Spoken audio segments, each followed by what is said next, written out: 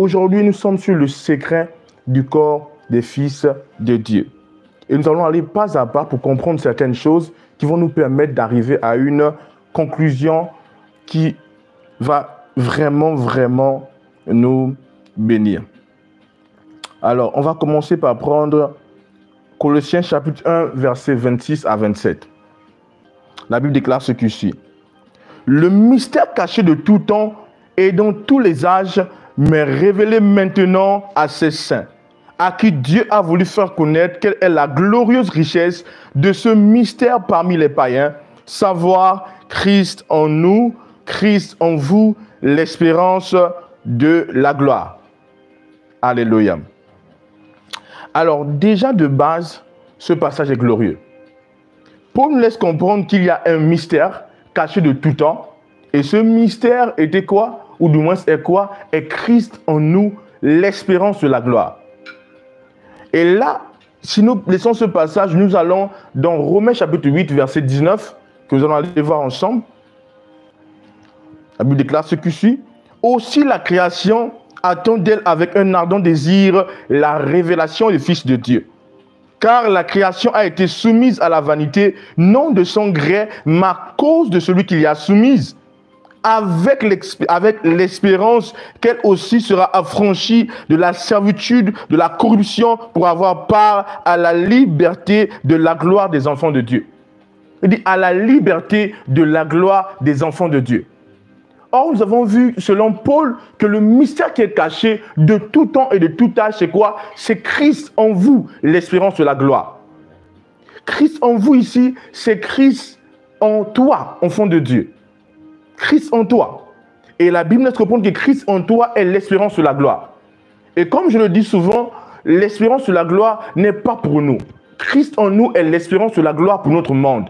Parce que dans Romains chapitre 8, verset 19, on a vu que la création attend, avec un ardent désir, la révélation des fils de Dieu, parce qu'elle veut avoir part à la liberté de la gloire des enfants de Dieu. Tout le monde me suit ici? Alors, nous voyons que la gloire que les enfants de Dieu vont libérer, cette gloire est pour la création. Et donc la création espère recevoir cette gloire à travers nous les enfants de Dieu. Mais pour nous en Christ, Christ en nous est l'assurance de la gloire. Mais pour notre monde, c'est l'espérance de la gloire. Parce que tout simplement notre monde soupire après la révélation de Christ qui est en nous. Christ qui est la gloire. Alléluia. Amen. Alors, mais il y a quelque chose de très important lorsque nous revenons dans Colossiens chapitre 1, verset 26 à 27 que nous avons vu. Nous avons vu qu'en fait, cette gloire est un mystère caché depuis toute éternité. Et ce mystère caché depuis toute éternité, c'est Christ en nous, l'espérance de la gloire. Or, Christ n'est pas n'importe qui. Quand la Bible emploie Christ, Christ ne signifie pas toujours Jésus-Christ en tant que personne. Christ ici signifie Dieu. Christ qui est Dieu. Alléluia. Donc, Christ en nous, c'est Dieu en nous. Quelqu'un me suit ici? Amen. Voilà, Christ en nous, c'est Dieu qui est en nous. Et Paul nous laisse comprendre que ce mystère était caché depuis tout temps, depuis toute éternité. En d'autres termes, lorsque Dieu créait l'homme et la femme, bien sûr, Dieu avait un plan qu'il avait conçu depuis toute éternité. Avant même de créer l'homme, Dieu avait un plan derrière l'homme. Et lorsque Dieu arrivait à la création de l'homme, il arrivait au temps de l'accomplissement de son plan.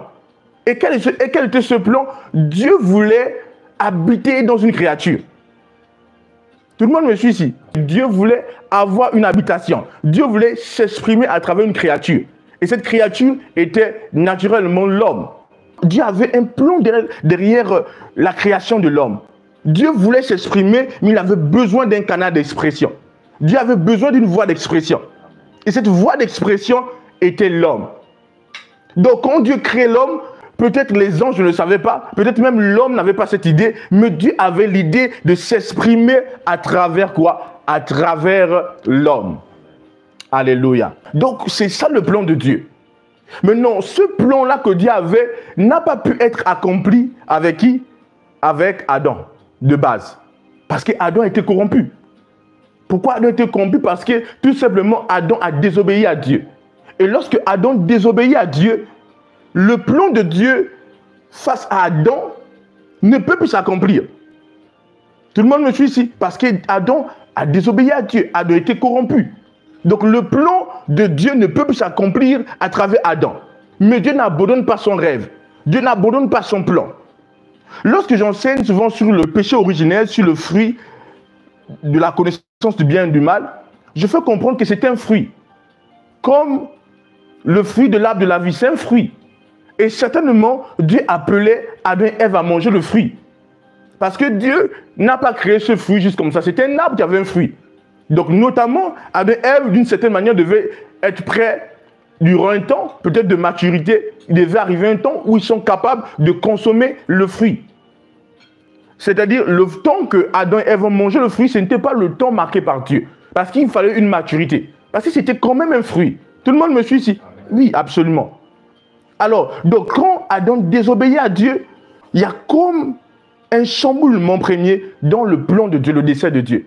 Et Dieu s'est dit, non, il ne va pas abandonner son plan, il va l'accomplir, mais à travers d'autres créatures.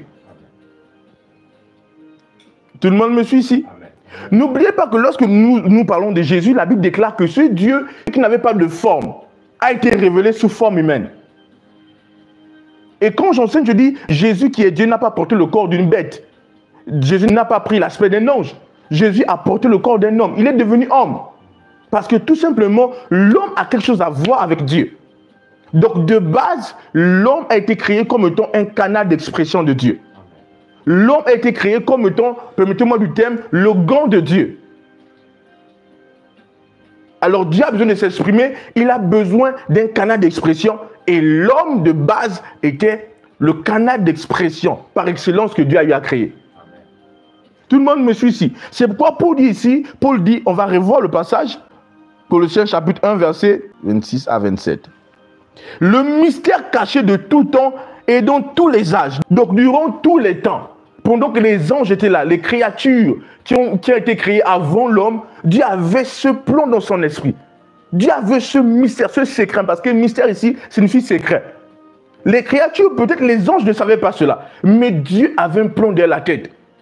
Et quand Dieu a créé l'homme, il dit, enfin, je suis arrivé à la créature qu'il fallait arriver, qu'il fallait créer. Alléluia. Donc Dieu avait une idée derrière la tête. Dieu disait, je dois arriver, je dois créer cet être-là. Cet être à travers lequel je peux m'exprimer à la création. Je peux m'exprimer aux créatures. Et c'était l'homme. C'est pourquoi Paul dit, ce mystère était caché depuis toute éternité.